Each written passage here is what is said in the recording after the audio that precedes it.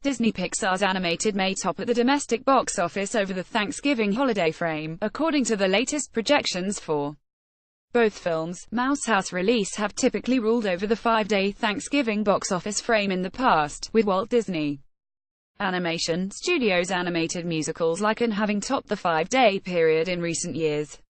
Pixar's own wasn't able to claim the #1 spot over Thanksgiving in 2015, but the story might be different for the animation studio this year.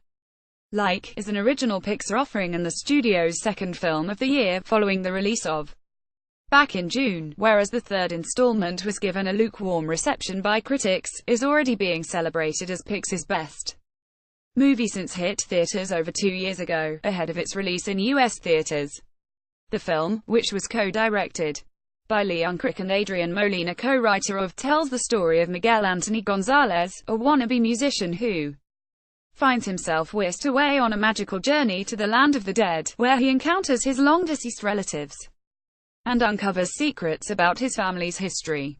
Related already breaking box office records in Mexico thanks to its great word of mouth and broad demographic appeal, is projected to gross upwards of $6,065 million over the 5-day Thanksgiving frame, including some $40 million over the weekend proper.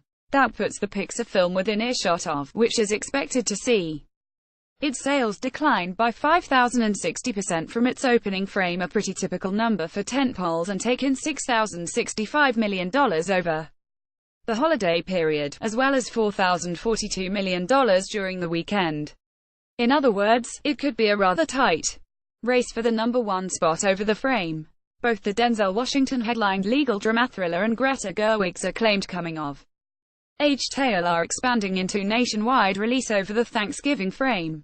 However, much like this weekend's other new release, which is getting a semi-wide rollout, neither of those films will pose an actual threat to its current reign atop the domestic box office and will have more niche appeal. Instead, that means that is the only movie with a real shot at dethroning DC's biggest superheroes from atop their perch this weekend.